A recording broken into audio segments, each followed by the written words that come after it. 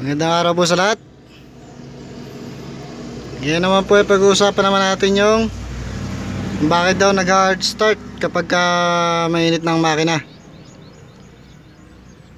Ang karaniwan pong nangyayari dito pagka nag-hard start, pag galing sa andar tapos pinatay, tapos ay mga ilang minuto po ay nahihirapan na pong mag-start. Ngayon po, ang dahilan po nito kung bakit nag-hard start ay ang ignition coil. Ignition coil po. So, mga katulad po ng mga stock pang ignition coil, karaniwan po ang nangyayari ay kapag galing po sa biyahe, sobra pong mag-init ang ignition coil ng mga oil type na yung mga original pa. Kaya po sobrang mag-init dahil kaya po siya nag-hard start kasi humihina na po ang kuryente na pinoproduce nung ignition coil na kino-convert niya ng mga 20,000 volts para mag-ignite po dito sa mga tension wire. Ngayon po, ako po nagpalit na po ako ng dry type coil. Dry type coil yan with igniter. Ito po ay original ng Toyota. Hindi ko lang po alam kung saan galing na Toyota ito. Yan, original po ng Toyota. Denso din po siya.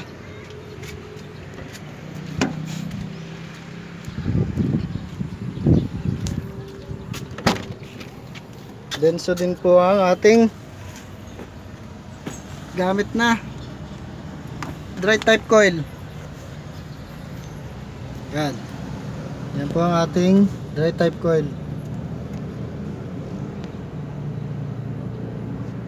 Yung sa wiring po nito, ang ginawa ko po, tatlo ang kanyang terminals sa stock.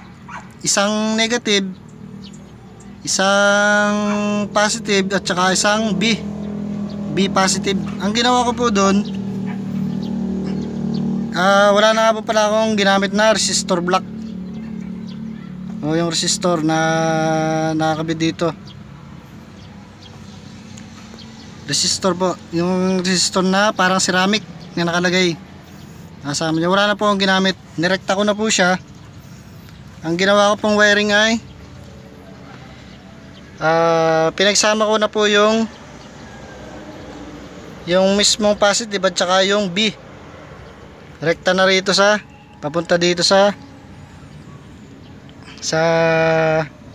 igniter. Bali ito pong isa, itong sa taas igniter din po yan, pero reserva ko na lang po yan kasi may sarili na po igniter itong aking distributor. Yan, ito po yung igniter. Yan, ito po yung kanyang igniter. Kaya may reserva pa po akong isa. Kung sakaling masira po ito,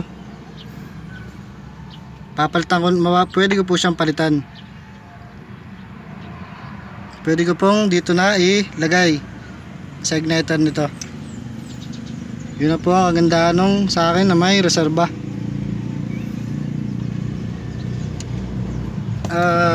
Isa pa rin po, kumisa naman sa nag-hard start para sa mga naka-stock, ang i-check po ay yung contact point tsaka condenser.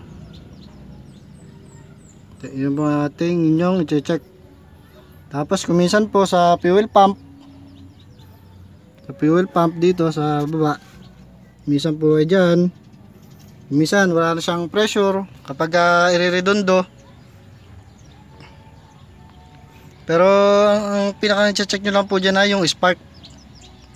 Hindi po talaga siya mag-i-start kapag walang spark o wala sa tono.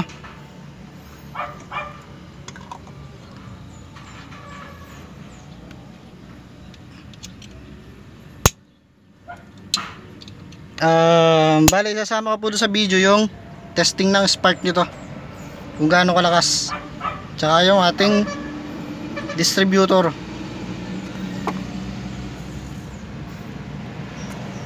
Testing po natin yung kanyang spark. Kung talagang malakas. Wait lang po, yan ko lang po itong goma. Yan, testingin po natin yung spark kung talagang gaano kalakas to. Dry type ignition coil.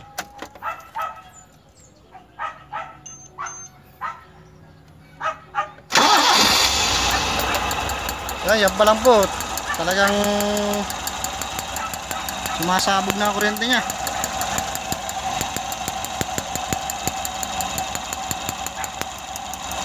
Yan po ang kuryente niya.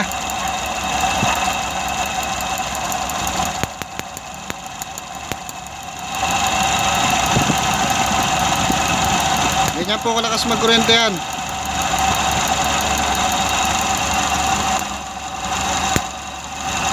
Okay, papatayin ko po muna. At talagang baka po ako'y mag-ground.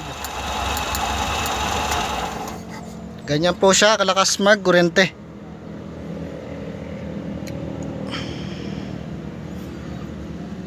Unlike po doon sa mga contact point,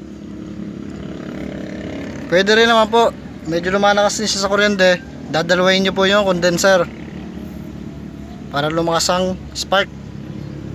Kapag na-upgrade po ninyo ng ganito ito, sigurado po titipid ang inyong gasolina, lalakas ang power, basta po naka timing ng maayos lahat. Karburador, lalo ng distributor, dapat po gumagana ang lahat. Vacuum advancer, tapos po yung mechanical advancer sa baba, dapat po maganda lahat ang galaw para po powerful lang makina. Yun lang po. Yan po ang ating dry type ignition coil Toyota Denso. Kaya po napakalakas magkuryente niyan. Hindi po yan nag-hard start pagka galing sa gamit ng sakyan, galing sa biyahe. Okay, yun lang po. Maraming salamat po. Pa-subscribe na lang po sa ating channel 1986 Tech. Maraming salamat po. Magandang araw po sa lahat.